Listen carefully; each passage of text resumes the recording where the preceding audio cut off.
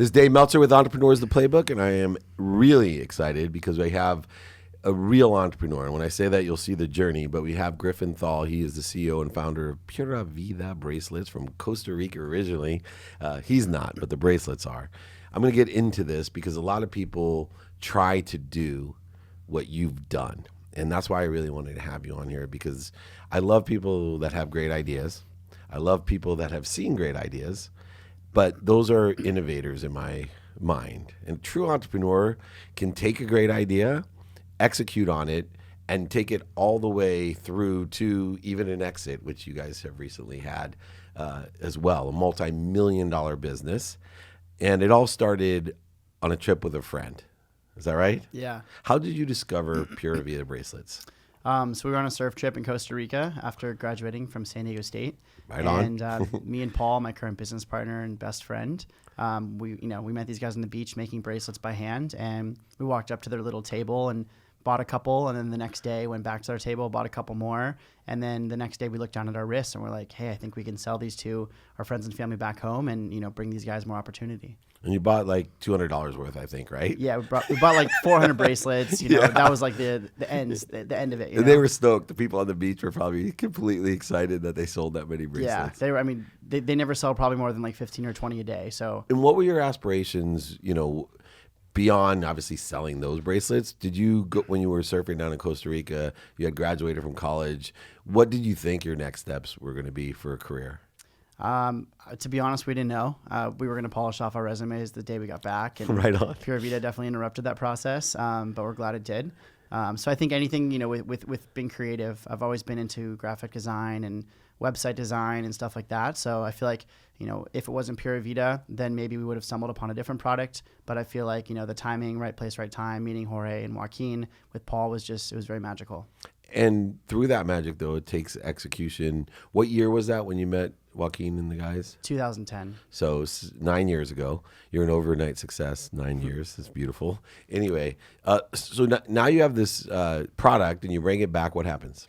So we come back. We didn't really know what to do. So we filed a business license, figured out taxes, built a website, watched YouTube videos. Did you try to sell the inventory that you bought, or you were just sure it was going to sell? I mean, we weren't really too sure. We just, we gave it to our friends and family like right away. So you gave them away and got feedback. Gave them away. They were spilled, on my bedroom floor for about a couple weeks, and people would come knocking on our door, texting us saying, "Hey, like you got those bracelets from Costa Rica, right?" We're like, "Yeah." So they come over, they grab one, and then a couple days later they come back, say, "Hey, my sister really wants one. Can I have another one?" And after doing this for about 2 weeks, the 400 bracelets were gone. Okay. Cool. So we emailed Jorge, and he didn't write back for 10 days. So during those 10 days, we were just tripping. We're like, all right, we gotta find a real job. Like, this is it. We made, a couple grand and, that's it pretty much. But yeah, after that, he wrote back after 10 days and he said we could place another order.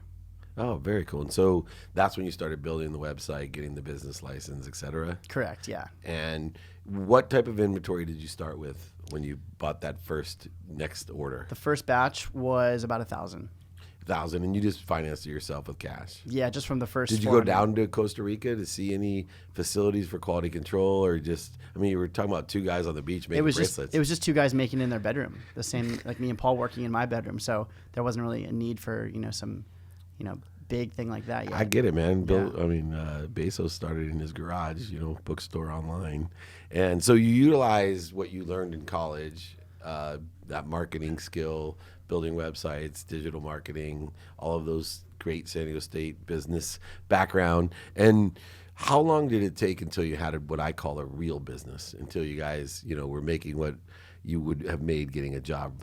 I'd say after about 4 to 6 months, we started to make enough money to pay our own rent and make a little bit of profit where we could afford our own office. And then once we did that, we hired our first employee to help us with packing the bracelets. And in the first 4 to 6 months, you're out of college, you came back from a surfing trip. Did either set of parents think, God, you guys, you're just delaying the inevitable? This is a cockamamie story about selling bracelets. I mean, I think they still think we're crazy. But yeah, that's okay, but you proved of them. Of course. It's okay to think it's crazy. Yes. I don't like the word sacrifice, so I use the words, investing in yourself. Those first 6 months, what type of investment did you make in yourself to make this business run? I mean, we had to risk not getting a job, so, whatever we valued our salary at was definitely well under what the salary could have been if we had a full-time job. But we knew that we had to kind of be very scrappy and figure out a way to the top and just kind of, climb our way up there. So I think after doing it month after month and realizing that there was a demand for these products, we were selling out, customers were emailing us for more, our friends, up in LA and family were like, hey, can you send me a batch of 50? And we're like, we don't have that many. So once we started realizing that we hit this ceiling of demand and supply every single week, there was a business to be had. And how did you, looking at it as a business person myself, as an investor, as someone who deals with literally thousands of businesses, I'm still not getting how you transferred over to have the supply in order to effectuate the demand, with the quality control, because your products are extraordinary. And there's still just two guys working out of their house in Costa Rica. How'd you make that transition to have the tight? Your distribution in 3,000 retail stores now or something? Yeah, it's crazy. How did you grow that side of the business? I get your expertise in marketing and the website, right? We can all sell product. That's good. Yes. And, obviously it thrives because people enjoy it and want to buy more. But I saw the big hole is you came to me as an investor and said, Dave, I need supply, give me some money to invest in my company. I'd be seriously worried about getting bracelets from Costa Rica from two guys out of their bedroom. Yeah. At the beginning, we didn't really know what was going to happen. So, Jorge and Joaquin were just making bracelets for us. Then they hired their friends. Then their friends hired their friends. And it just became this place to work where people just wanted to work. And they had a culture just like ours here in San Diego and really, breeded that. And did you guys open a facility in Costa Rica? So it's completely their company. Yeah. It's their facility, and we basically buy the products from them. And how big is their company now? So they have about 600 to 700 employees there. Oh my God. And were they part of your exit deal that you just recently did? Separate, totally separate. Yeah. So the valuation, I believe is public, of the deal was like $130 million.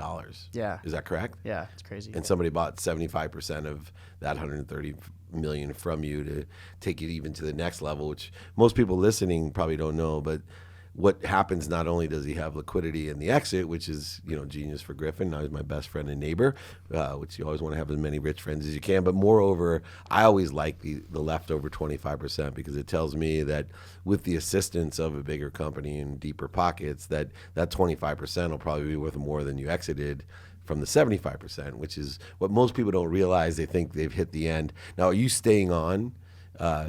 Yes. On board now. So we're full on, staying on board. We love our company culture in La Jolla. Paul and I love the brand. It's never been growing faster than it has been. So we're excited to kind of take this brand to the next level with, our new partner.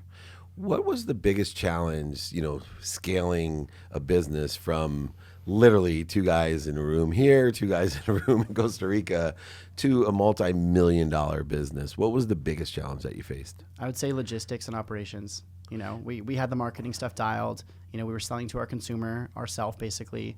We knew how to get the word out online. But then, every time we had a roadblock, it would always went back down to logistics, operations, fulfillment, supply chain. They're all made by hand. They're made with scissors and candles, no machines. Still, yeah. Which is so crazy. Yeah, well, that's why there's 600 to 700. And how did the pricing change? Don't give me the actual cost of goods, but percentage-wise, from those first bracelets, how did percentage-wise did the pricing go now that they do thousands and thousands of bracelets? Yeah, the price, our cost to them, the price that we pay per bracelet from them has not changed. That's we I haven't thought. squeezed them out. We haven't tried to maximize or try to get more money out of them. The way that we kind of benefit on our end is we try to make products that have more detail on them. So they have beads or they have braids or they come in a pack of 5 bracelets. And that's kind of our way of maximizing the business as opposed to squeezing it out on the bottom line. That's awesome. And